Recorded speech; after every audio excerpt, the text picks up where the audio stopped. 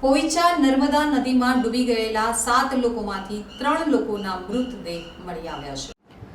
નર્મદા જિલ્લાના પોઈચા ગામની નર્મદા નદીમાં નાહવા માટે આવેલા સુરતના પરિવાર સાથે ગોઝારી દુર્ઘટના સર્જાઈ હતી। તો નદીમાં નાહવા પડેલા એક જ પરિવારના 4 સહિત 8 સભ્યો અચાનક ઊંડા પાણીમાં તણાઈ ગયા હતા, જેમાં 7 વ્યક્તિઓ ડૂબી ગયા હતા, જ્યારે એક વ્યક્તિનો આબાદ બચાવ થયો હતો। નદીના પાણીમાં ડૂબી ગયેલા 7માંથી 3ના મૃતદેહ મળી આવ્યા છે, જે પૈકી એકનો મૃતદેહ સુરતના સનિયા હેમાદ ગામ ખાતે તેના ઘરે લાવવામાં આવ્યો હતો। ત્યારબાદ અંતિમ યાત્રા નીકળી હતી, જેમાં મોટી સંખ્યામાં લોકો જોડાયા હતા। પ્રાપ્ત માહિતી અનુસાર સુરતના સણિયા હેમાદ વિસ્તારમાં આવેલી કૃષ્ણા પાર્ક સોસાયટીમાં રહેતા એક જ પરિવારના 18 વ્યક્તિઓ પોઈચા નર્મદા નદી કિનારે નાહવા માટે આવ્યા હતા। તો બપોરના 12 કલાકે ભરતભાઈ બલદાણિયા સહિત બીજા 7 વ્યક્તિ નર્મદામાં નાહવા માટે ગયા હતા। નદીના પાણીમાં પરિવારના સભ્યો નાહવાની મજા માણતા હતા, ત્યારે અચાનક જ ઊંડાણવાળી જગ્યાએ 8 સભ્યો પાણીમાં ગરકાવ થવા લાગ્યા હતા, જેથી કાંઠે બેઠેલા પરિવારજનોએ બૂમાબૂમ કરી હતી। સ્થાનિક તરવૈયાઓએ એક વ્યક્તિને બચાવી લીધો હતો, જ્યારે 7 સભ્યો નદીના ઊંડા પાણીમાં તણાઈ ગયા હતા। નર્મદા નદીમાં તણાઈ ગયેલા 7 વ્યક્તિઓમાં 6 નાના બાળકો અને 1 કિશોરનો સમાવેશ થાય છે।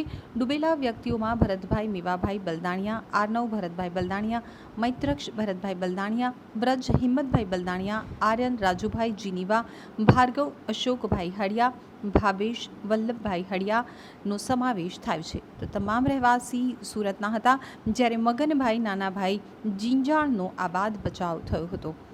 રાજપીપળા ફાયર બ્રિગેડની ટીમ, વડોદરા ફાયર બ્રિગેડની ટીમ, એનડીઆરએફ અને સ્થાનિક તરવૈયાઓની ટીમ દ્વારા લાપતા થયેલાઓની શોધખોળ શરૂ કરવામાં આવી હતી।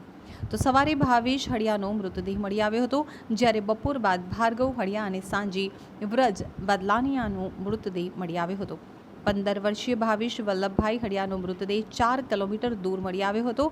ભરૂચ ખાતે મૃતદેહનો પીએમ કરાવ્યા બાદ સુરત ઘરે લવાયો હતો। મૃતદેહ સુરતના સણિયા હેમાદ ગામ ખાતે આવેલ કૃષ્ણા પાર્ક સોસાયટીમાં તેના નિવાસસ્થાને લવાયો હતો। તો ભાવેશ હળિયા પીપી સવાણી સ્કૂલમાં અભ્યાસ કરતો હતો અને ધોરણ 10માં આવ્યો હતો। ભાવેશના માતા પિતા ઘરે હતા અને ભાવેશ એકલો સોસાયટીના લોકો સાથે ગયો હતો।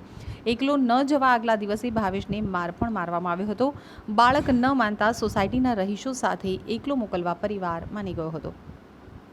પરિવારનો એકનો એક દીકરો નદીમાં ડૂબી જતા મોતને ભેટ્યો છે, ત્યારે મૃતદેહને નિવાસસ્થાન ખાતે લાવતા મોટી સંખ્યામાં લોકો આવી પહોંચ્યા હતા।